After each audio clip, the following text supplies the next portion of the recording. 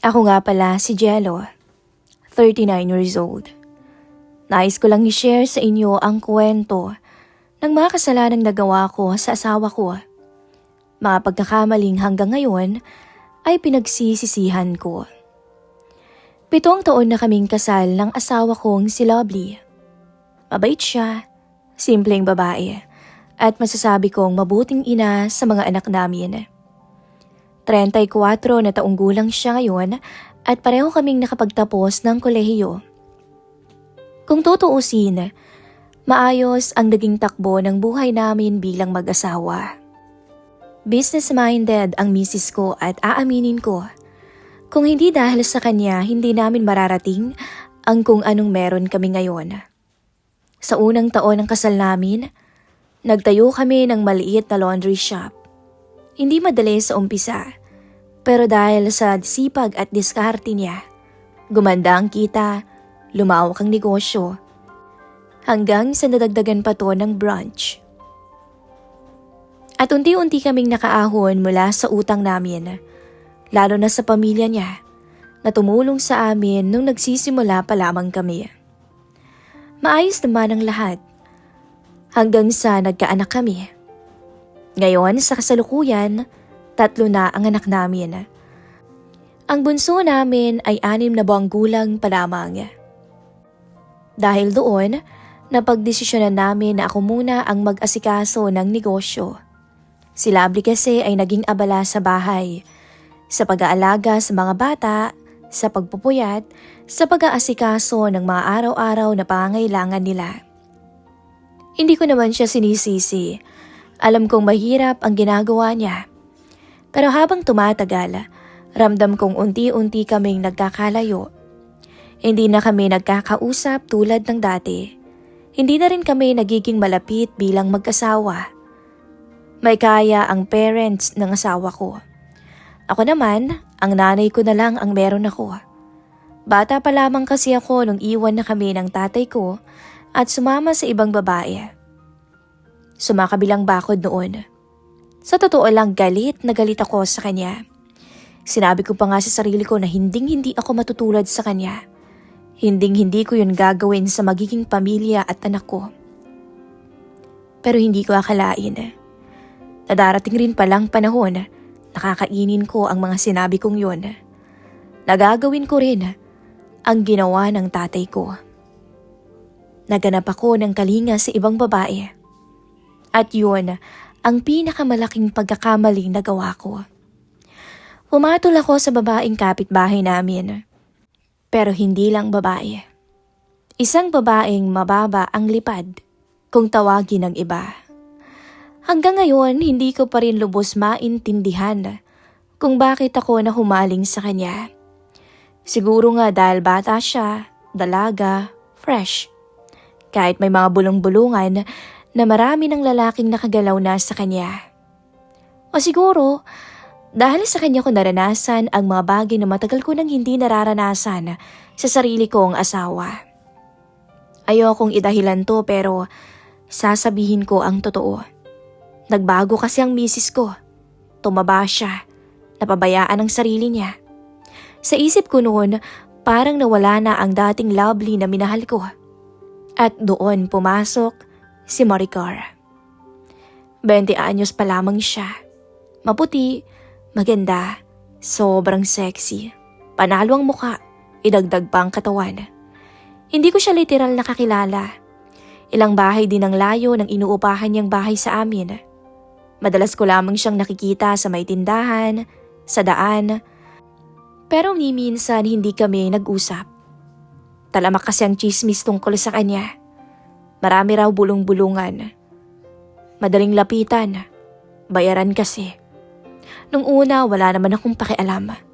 Hindi ko siya pinapansin. Hindi ko rin iniisip na darating ang araw na magiging bahagi siya ng pagbagsak ng pamilya ko. Dumating ang isang gabi na siyang nagpabago sa lahat. Nag-away kami ng asawa ko. Pagod daw siya. Ayaw niya akong pagbigyan sa kama. Hindi ko inintindi ang dahilan niya. Ang inintindi ko noon ang sarili kong kagustuhan. Sa galit at sama ng loob, umalis ako ng bahay. Hindi ako nagpaalam sa kanya, hindi rin ako nag-text. Nagpunta ako sa isang bar na medyo malayo sa lugar namin. Gusto ko lang mag-relax. Gusto kong uminom. Gusto kong mawala ang inis ko sa asawa ko. At doon ko siya nakita. Si Maricar. Nasa isang mesa siya noon. Halatang sanay na sanay sa lugar. Hindi na siya yung kapitbahay lang na nakikita ko sa labas. Ibang ayos niya ngayon. Ibang dating. At sa hindi ko maipaliwanag na dahilan, para bang may humatak sa akin para lapitan siya. Nag-isip ako sandali. Alam kong may asawa ko. Alam kong mali. Pero nanaig ang tukso. Umorder ako ng alak at lumapit siya sa mesa ko. Tinable ko siya. Nagulat pa nga siya nung makita niya ako.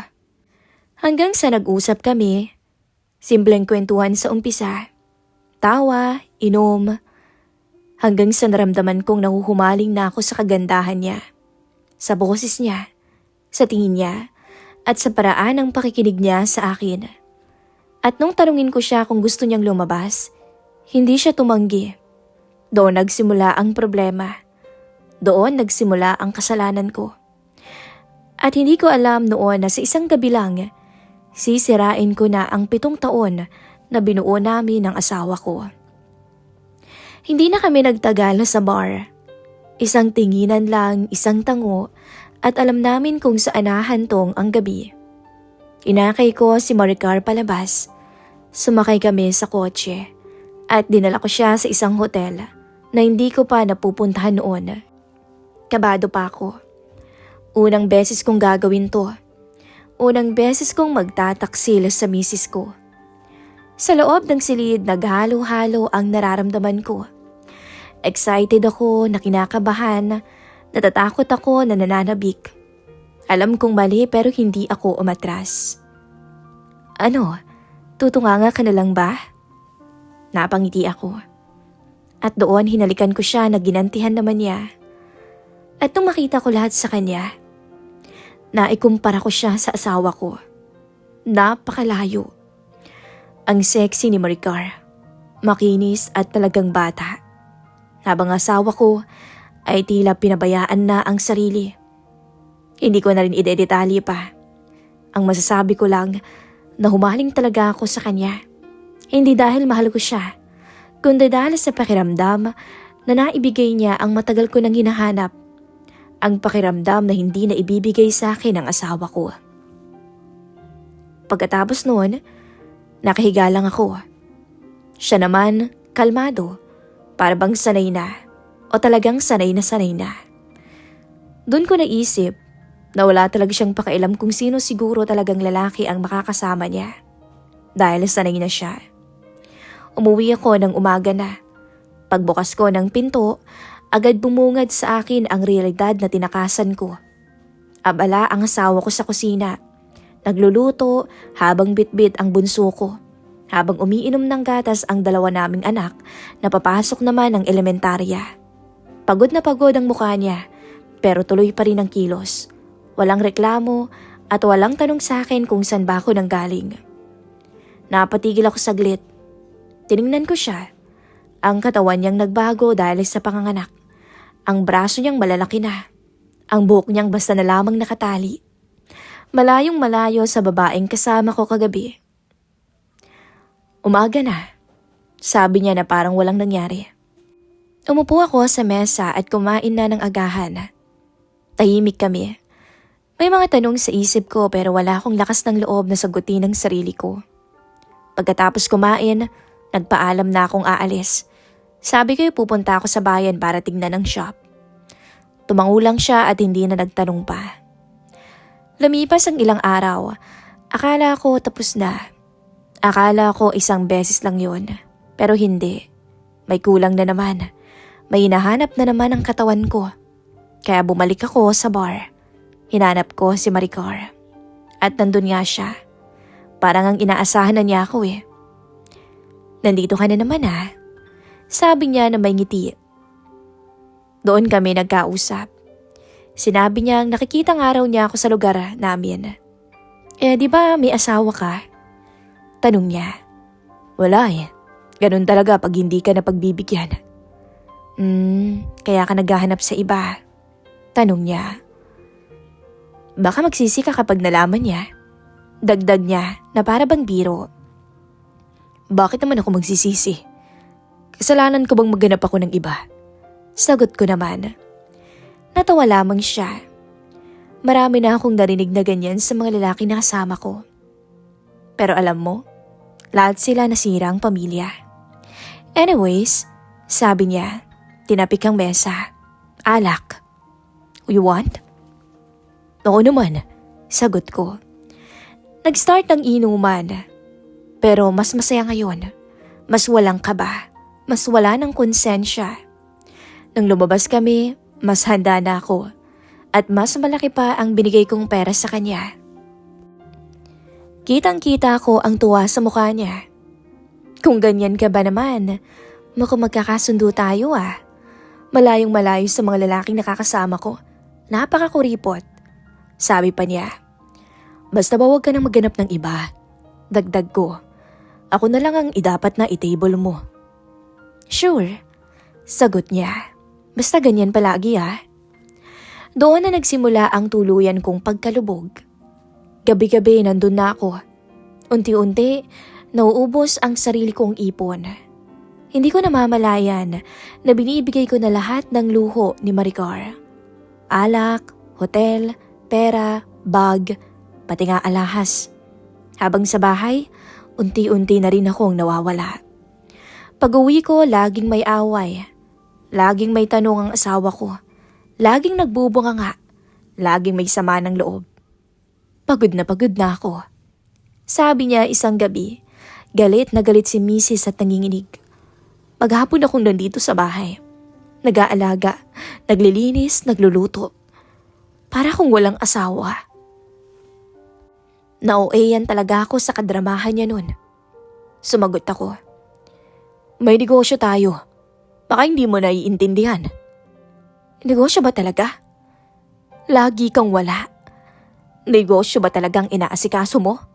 Sigaw niya. Anong gusto mo? Lovely. Itali ko yung sarili ko dito sa bahay? Balik ko. At doon nagsimula ang pagkasira. Ang mga gabing hiwalay na ng higaan. At sa tuwing aalis ako, imbis na bumalik sa tama, mas lalo akong tumatakbo palayo. Hindi ko napansin pero doon na pala tuluyang gumuho ang pamilya ko. At hindi ko rin alam noon na mas lalala pa ang darating. Lumipas ang mga araw at buwan, nagkaroon na kami ng relasyon ni Maricar. Wala mang ligawan pero doon na rin yun. Halos araw-araw kaming nagkikita. Magkausap sa phone, magka-chat. Alam kong may napapansin na ang misis ko pero siguro dahil sa ayaw na nito ng away, hindi na lamang ako nito kinukumpronta. Hanggang isang gabi. Nagkita kami ni Maricar sa isang coffee shop. Habang nakaupo ako, nakita ko siyang bumaba ng tricycle. Nakasuot ng fit na pants, nakalugay ang buhok at sandong crop top. Tangina, ang ganda niya. Kung titingnan mo siya, hindi siya talaga halatang babaeng bayaran. Umupo kami sa isang sulok. Umorder ako ng kape. Siya, nakangiti lang sa akin. Lumipat ka na ng tinutuluyan mo. Bigla akong sabi. Ha? Bakit naman? Tanong niya. Kasi may kinuha akong mas maganda, mas maayos, at mas malaki. Mas bagay ka doon.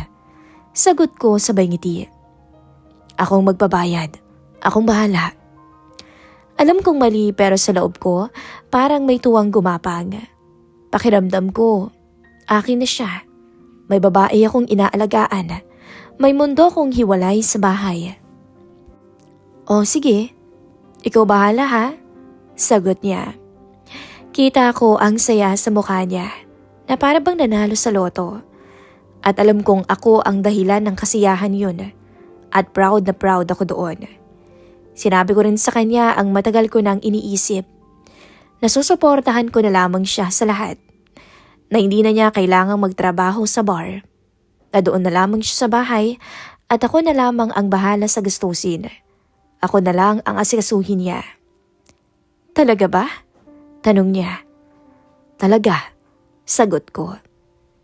Hindi na siya pumasok sa trabaho simula noon. Araw-araw ako na ang inaasahan niya. Ang luho niya, ang pagkain namin, renta, lahat sa akin. At dahil doon na rin ako umuwi. Minsan sasabihin ko sa sarili ko na isang gabi lang. Minsan uuwi ako para lang magbihis, tapos babalik na naman ako sa kanya. Unti-unti, nawala na ako sa sarili kong tahanan. Si Lovely, ramdam kong may hinala na. Hindi na siya nagtatanong gaya ng dati, hindi rin siya galit. Tahimik lang siya. At doon ako kinabahan, dahil alam kong ang katahimikan niya ay pagod, hindi pagtanggap. Hanggang siguro isang gabi, hindi na rin niya kinaya. Kinumpronta na niya ako. Umuwi ako noon gabing-gabi na. Naabutan ko siyang nakaupo sa may sala. Napakatahimik ng bahay. Tulog na rin ang mga bata. Pagod na pagod ang itsura niya. Pero matapang na nakatingin to sa akin. San ka galing? Tanong niya. Sa shop. Sagot ko automatic. Sinungaling. Sabi niya ng diretso. Napatigil ako. Alam mo bang alam ko? Matagal na. Dagdag niya. Anong alam mo? Tanong ko pa kahit alam ko naman ang sagot. Na may ibang babae ka. Huwag mo na akong gawing tanga, Jello. Sabi niya. Doon na sumabog ang lahat. Ano bang gusto mong gawin ko? Sigaw ko. Nagbago ka na eh. Hindi ka na tulad ng dati. Dahil may anak tayo. Iyak niya. Ginusto natin to eh. Ang bumuo ng pamilya. Tapos ganyan ang gagawin mo? Ako ba ang may kasalanan? Nawalan ka ng oras sa akin. Balik ko. Bata ka ba, Jello? O sadyang isip bata ka lang para hindi mo maintindihan ang lahat? Doon na nag-start. Nagsumbatan, lumabas lahat ng pagod niya, pati na rin ang galit ko. Kasalanan ng isa't isa. Hanggang sa hindi ko na napigilan ng mga salitang matagal ko nang gustong sabihin sa kanya. Ayoko na, Lovely. Pagod na ako dito. Maghiwalay na tayo. Para siyang tinamaan ng kidlat noon. Natulala siya. At alam kong nasaktan siya ng sobra sa sinabi ko. Natahimik siya tapos umiyak. Pero hindi siya nag-hysterical. Tahimik na iyak ng babaeng durog na durog. Dahil ba sa babae mo? Kaya ganyan ang nasa isip mo? Sabi niya. Ganun ba kadaling iwanan ng 7 taon nating pagsasama, Jello? Hindi ako sumagot. Dahil ayoko nang makinig sa mga pinagsasabi niya. Kinuha ko ang bag ko. Kumuha ko ng ilang mga damit. Hindi na ako nagpaalam sa mga bata. Hindi ko na sila tiningnan pa. Umalis ako ng bahay noon na para bang hindi ko pamilya ang iniwan ko. Lumabas ako na nasa sala, si Lovely. Nakaupo at umiiyak. Simula noon, hindi na ako bumalik sa bahay.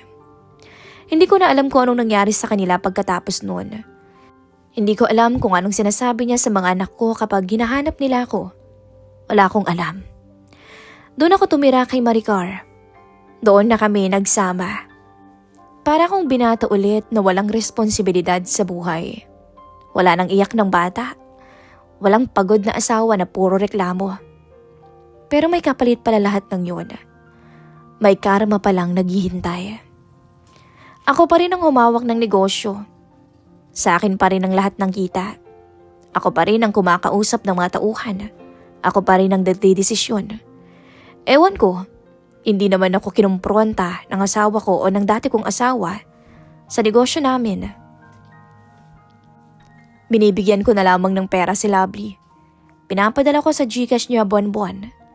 Hanggang sa unti-unti din lumiit yung perang binibigay ko sa kanya.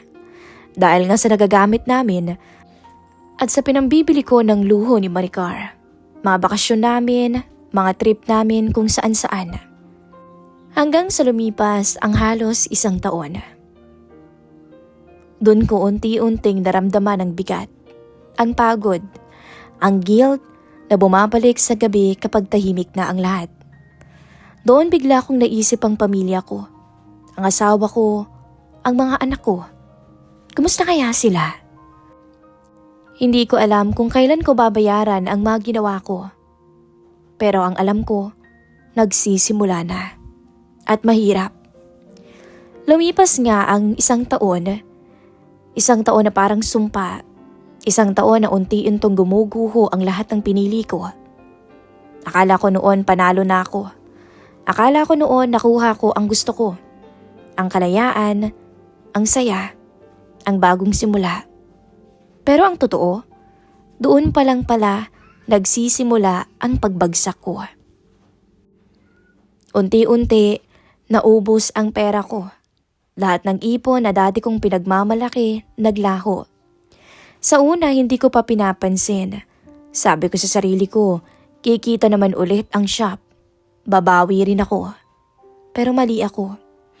Lahat ng luho, lahat ng gastos, lahat ng desisyong padalos-dalos, bumalik sa akin na parang singil. Unti-unting bumagsak ang negosyo. Si Maricar at ako, hindi na rin gaya ng dati.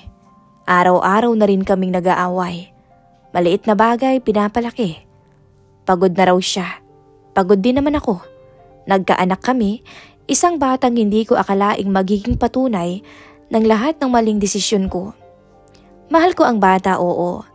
Pero hindi ko maikakaila na sa tuwing umiiyak siya, naalala ko ang 3 anak ko kay Lovely.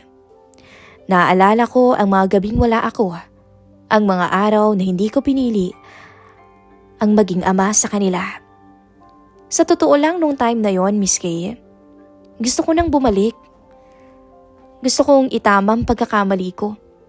Gusto kong yakapin ulit si Lovely, ang mga anak ko. Gusto kong bumalik sa kanila. At isang gabi nga, naglakas loob akong silipin ang Facebook ni Lovely. Kinakabahan pa ako nung una. Nanlalamig yung kamay ko. Para bang may hinuhukay akong sugat na matagal ko nang tinakbuhan. Pagbukas ko ng profile niya, doon ako natulala. Kitang-kita ako. Masayang-masaya sila. Ang profile picture ni Lovely ay siya. At ang 3 naming anak. Nakangiti, maayos at buo. Para bang walang bakas ng lalaking iniwan sila. At ang bunso ko, malaki na. Mahigit 1 taon na pala to. Nag-birthday na pala siya. Doon ko na-realize ang pinakamasakit.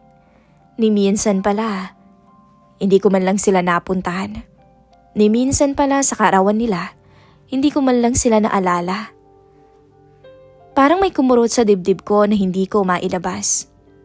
Isang araw nga, nagtanong ako sa isang dati naming kaibigan. Hindi ko alam kung bakit ko ginawa, pero curious ako sa pamilya ko. Nung wala ako kung ano bang ginawa nila, kung anong nangyari sa kanila. Siguro naghahanap ako ng pag-asa. O siguro, ng dahilan para masaktan pa ako. At doon ko nga nalaman ang lahat. Kung paano naghirap si Lovely nung umalis ako. Kung paano niya kinaya ang 3 bata. Humingi daw siya ng tulong sa mga magulang niya. Hindi para sa luho, kundi para lang makabangon. Doon ko nga rin nalaman na may negosyo pala siya. Mas maayos, mas malaki, sa tulong ng mga magulang niya. Doon ko lang naisip na matalino nga pala siyang babae. At doon ko tuluyang naintindihan kung gaano ko sinayang ang babaeng dahilan kung bakit kami umangat noon. Samantalang ako eto ngayon, lumulubog. Hindi, lubog na lubog. Ang negosyo, bagsak na. Wala na akong pambayad sa mga tauhan. Ubos na rin kasi ang ipon ko. Ubos ang lakas, ubos ang dahilan. Ni pambayad nga sa renta namin ng bahay, hirap na akong hanapin. Isang gabi, sumabog ulit ang away namin ni Maricar. Pagod na raw siya sa kakaalaga ng bata. Parang eksaktong reklamo ni Lovely noon. At doon ako nagalit. Hindi sa kanya, Miss Kay, kundi sa sarili ko. Dahil naulit na naman ang lahat. Dahil parehong lalaki lang pala ako noon. Na kung ano ang ginawa ko sa asawa kong si Lovely, ganon din ang ginagawa ko kay Maricar. Sa galit at gulo ng isip ko, pumunta ako sa dati naming bahay. Gusto ko silang makita. Gusto ko lang makasiguro. At doon ako napatigil. Malaki na yung bahay. Iba na ang itsura. Halatang pinarenovate. Hindi ko na nga halos makilala ang lugar na minsan tinawag kong tahanan. At doon ko na-realize, hindi talaga ako kailangan ni Lovely para umunlad siya. Isang araw, naglakas loob akong kausapin si Lovely. Nung nakita niya ako, nakita ko ang galit sa mukha niya. Ramdam ko yun, pero kinausap pa rin niya ako. Humingi ako ng tawad sa kanya. Sinabi ko ang matagal ko nang kinikimkim na nagsisisi ako, na mali ako at gusto ko nang bumalik. Pero hindi siya pumayag. Sinabi niya sa akin na wala na akong babalikan. Na wala na siyang pamilya. Ginawa mo yan. Yun ang sabi niya. Ikaw ang sumira sa atin. Huli na. Dagdag pa niya. Hindi na sapat ang pagsisisi, Jello. Wala akong naisagot. Umalis lang ako. Ngayon, hanggang tingin na lang ako. Minsan nga nakikita ko ang mga anak ko sa malayo. Minsan nakita ko yung bunso ko kasama yung biyanan ko. Masayang masaya, tumatawa. Pero hindi niya ako kilala. At doon ako nawasak bilang ama. Dahil walang sasakit o walang sakit na hihigit sa makita ang sarili mong anak na hindi ka kilala. Dahil ikaw mismo ang pumili na iwan sila. Ngayon, dala-dala ko ang lahat ng pagsisising to. Araw-araw, gabi-gabi, walang takasan. Wala akong sinisisi kundi ang sarili ko lamang. Ito ang kwento ng isang lalaking inuna ang sarili at tuluyang winasak ang pamilyang meron siya. Siguro kung may natutunan man ako, ito yon. Hindi lahat ng nawala ay may babalik at hindi lahat ng pagsisisi may pangalawang pagkakataon. Ito po ang kwento ng aking buhay. Sana'y may natutunan po kayo. Muli, ako po si Jello. Maraming salamat po, Miss Kay, sa pag-ere ng kwento kong ito. Hanggang dito na lamang po.